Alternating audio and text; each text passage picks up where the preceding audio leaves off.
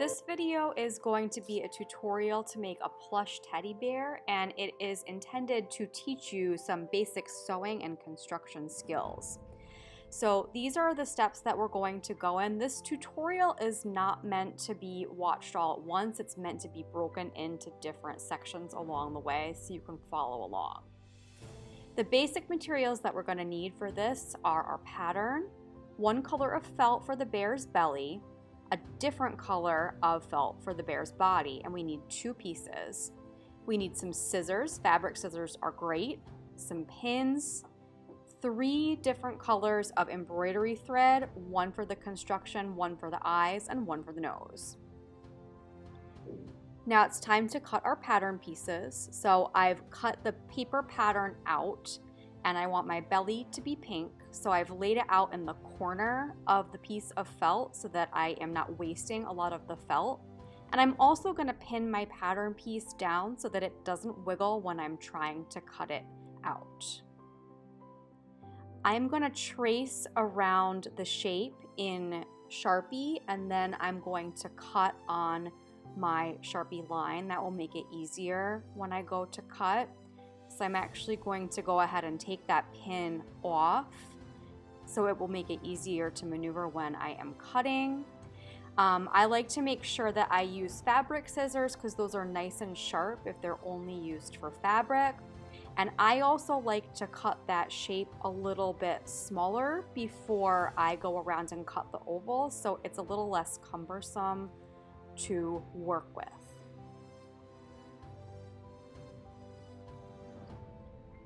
I'm also going to pin my pattern piece for my bear's body, and notice it says cut 2 of that. So I do have 2 pieces of fabric lying on top of each other. And here is everything cut out. So I have 2 body pieces and I have the tail piece. I'm gonna save this extra felt because it's big and somebody else could probably use it, but these little scraps, I'm gonna throw those away. Now here's something that a lot of kids struggle with, and that is threading a needle. We're using embroidery floss, so that has several different little threads that make up the piece of embroidery thread.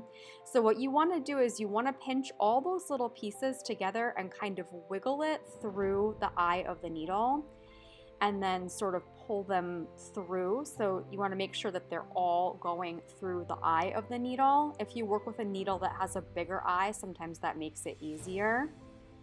And then I'm gonna cut my thread. Usually about 2 feet of thread at a time is enough to work with. And so this is how I knot my thread. I tie it, or not tie it, I sort of wrap it around my finger and pinch, and then kind of roll and almost pinch with my other finger and pull it, and that makes a nice secure knot. The other part of my thread, so I'm gonna kind of wrap it through, but I'm not gonna knot that other side. I'm just gonna pull it so that it stays strung on the needle. If you have regular sewing thread, you could pull the 2 tails together and make 1 knot so the thread is kind of doubled through the needle, but embroidery thread is so thick that we don't need to do that. I am going to sew now my belly, the pink belly shape, onto the actual body of the bear. So I'm just going to sew around the edge, and I'm going to use what is called a running stitch. So that's just up, down, up, down, up, down. I pinned my belly piece in place so that it doesn't wiggle around. And when you're first starting out, what you can do is you can actually make the little dots for where you're going to make your stitches. That just kind of helps to get them nice and evenly spaced apart and along the edge. So here's my threaded needle. So I'm kind of pinching, and I don't want to poke my thumb. I just want to give a place for the needle to land as it goes through. And then I'm going to pull it up. And remember, this part of the thread is knotted, so it's going to stay in place on the opposite side of my fabric. And that's going to get hidden inside the body, so we won't see those ugly knots. And then for our running stitch, we just go up and down, in and out, all the way around. So once again, kind of hold your thumb in place, kind of have the needle come up, If it's hard to get it through, you can kind of wiggle it, or you can also use a thimble or even like the edge of the table to kind of push it. Sometimes when the needle is thick, it's hard to get it through thick fabric like felt. Then I'm going to do that same thing all the way around the outside of the oval. Don't pull too tight. You don't want that to buckle. And then I'm back at the beginning. And I am going to end this so that when I tie this knot in just a second, it's going to be on the ugly side of the fabric that doesn't get seen. So to knot this off, I'm just going to go back through underneath my last stitch, so that stitch kind of catches the needle, the thread that's on my needle. But then don't pull it all the way. Go back through that loop so it makes a little knot. And I'm going to do the same thing at least once or twice more. So pull it, go back through the loop, pull it tight, and it will make a nice secure knot so that that thread won't come undone and our project will fall apart.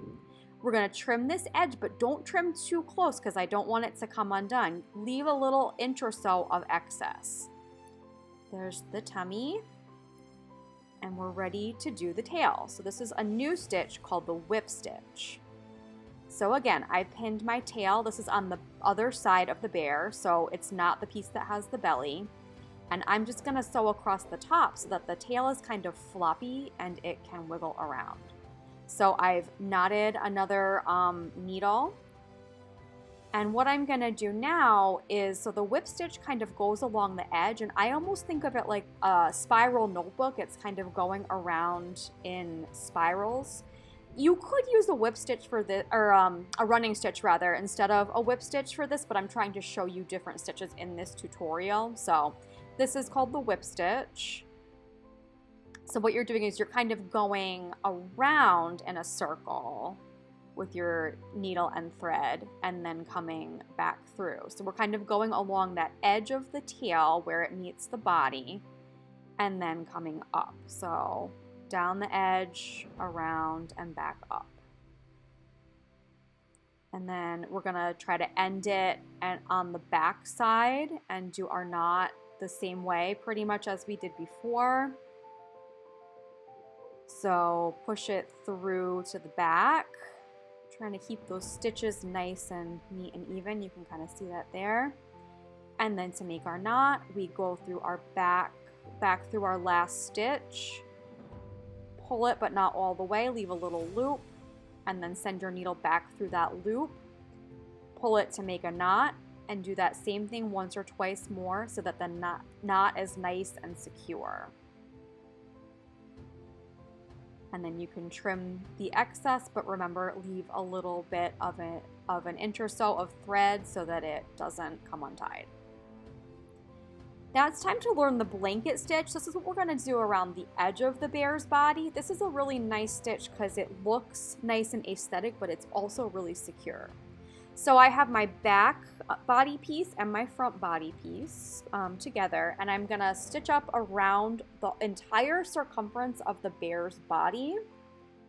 So I kind of come on the same way. There's a knot in the back of that thread, and I'm just kind of doing it to start it out, just like a real simple, just little stitch on the edge, but then I'm gonna start my blanket stitches in just a second.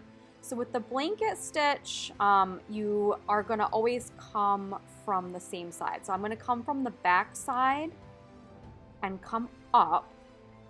And I'm going to start to pull that through, but I want to leave a little loop.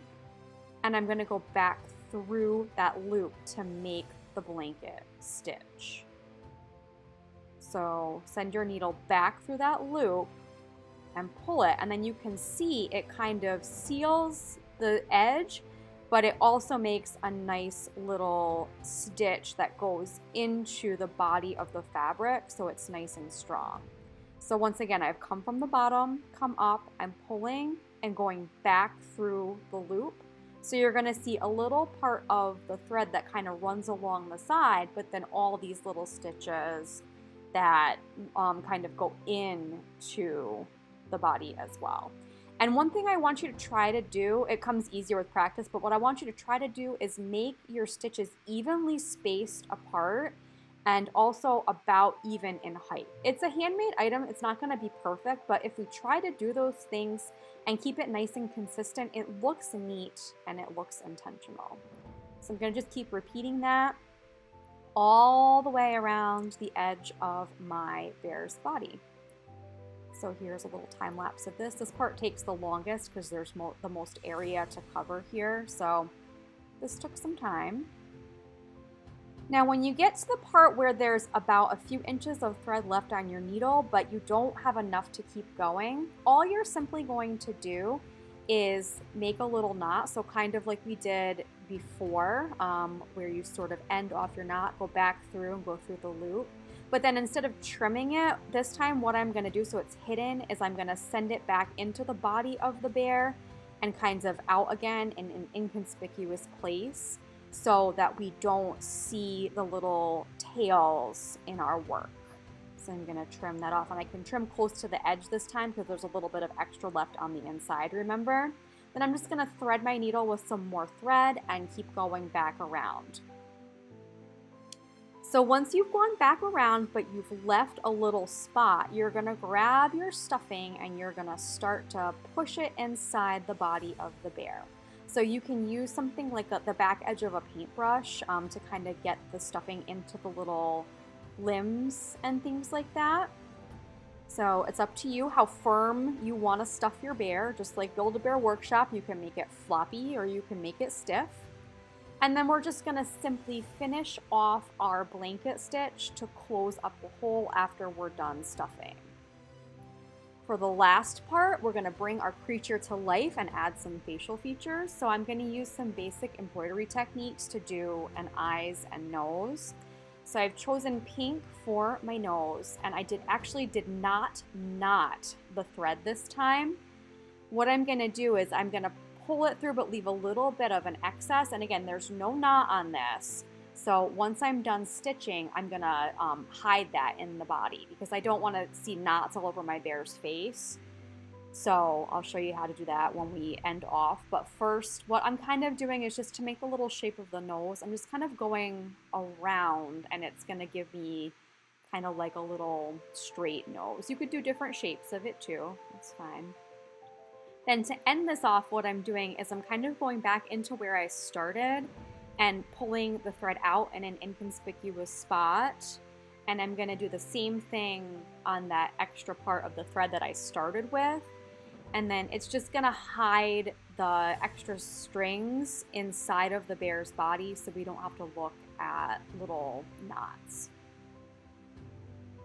And then I'm going to trim that, but I'm going to trim it on this side. I tangled that, so I had to fix it off camera afterwards. And then for the eyes, same thing, but just with a different color of thread. I used black. I kind of made him tilt in so he almost has like a little expression. And then I decided he needed a little mouth, so I just did that with a basic kind of little stitch. So there he is, my cute little bear. The tutorial to learn the stitches, but kind of make something fun, a little plushie that you get to take with you. He's very cute. I think his name is going to be Terry the bear. So there's the tutorial. Thanks for watching. Can't wait to see what you come up with.